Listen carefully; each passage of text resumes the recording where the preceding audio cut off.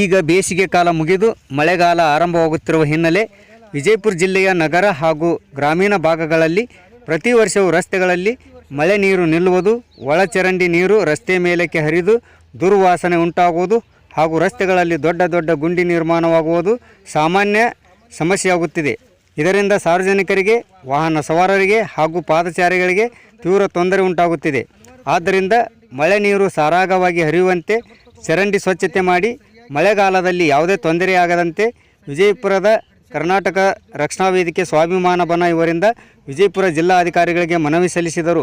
ಜಿಲ್ಲಾಧ್ಯಕ್ಷ ಸೋಮಶೇಖರ್ ಪಾಟೀಲ್, ಉಪಾಧ್ಯಕ್ಷ ಪ್ರಭು ಮಂಕನಿ, ಪದಾಧಿಕಾರಿಗಳಾದ ವಿನೋದ್ ಖೇಡ್, ಪ್ರಕಾಶ್ ಸಬ್ರಾದ್, ಭಾಗ್ಯಶ್ರೀ ಗುಡದಿನ್ನಿ, ಜಯಶ್ರೀ ಸೌದಾಗರ್, ಲಿಂಗರಾಜ್, ಶಿವರಾಜ್ ಕುಂಬಾರ್ ಸೇರಿದಂತೆ ಮುಂತಾದವರು ಇದ್ದರು.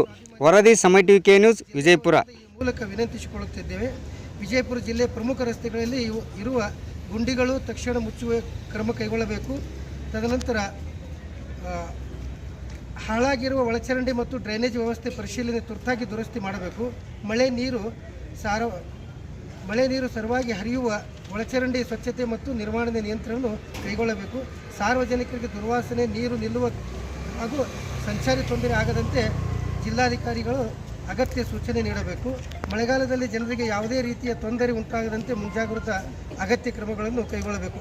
ವಾರ್ಡ್ ನಂಬರ್ 2 ಮತ್ತು 12, 16 ಮತ್ತು 17, 19 ಮತ್ತು 34 ಇನ್ನಿರುವ ಹಲವಾರು ವಾರ್ಡ್ಗಳಲ್ಲಿ ಡ್ರೈನೇಜ್ ಕಾಮಗಾರಿಗಳನ್ನು ಸಂಪೂರ್ಣಗೊಳಿಸಬೇಕಾಗಿ ತಮ್ಮಲ್ಲಿ ವಿನಂತಿಸಿಕೊಳ್ಳುತ್ತೇವೆ. ಸಾರ್ವಜನಿಕರ ಹಿತದೃಷ್ಟಿಯಿಂದ ಈ ಸಮಸ್ಯೆಯನ್ನು ಗಂಭೀರವಾಗಿ ಪರಿಗಣಿಸಿ ತಕ್ಷಣವೇ ಕ್ರಮ ಕೈಗೊಳ್ಳಬೇಕೆಂದು ತಮ್ಮಲ್ಲಿ ವಿನಂತಿಸಿಕೊಳ್ಳುತ್ತೆ. ಕರ್ನಾಟಕ ರಕ್ಷಣಾ ವೇದಿಕೆ ಸ್ವಾಭಿಮಾನಿ ಬಣ ಎಲ್ಲ ಏನದ ಡ್ರೈನೇಜ್ ಹೊರಗದ ಸರ್, ಯಾವುದೂ ಕ್ಲಿಯರ್ ಆಗಿದೆ.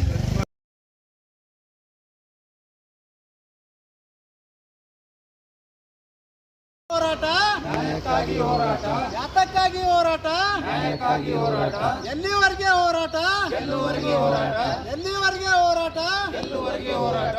ವಿಜಯಪುರ ನಗರದಲ್ಲಿ ಇದು ಮನವಿ ಕೊಡ್ರಿ, ಆಮೇಲೆ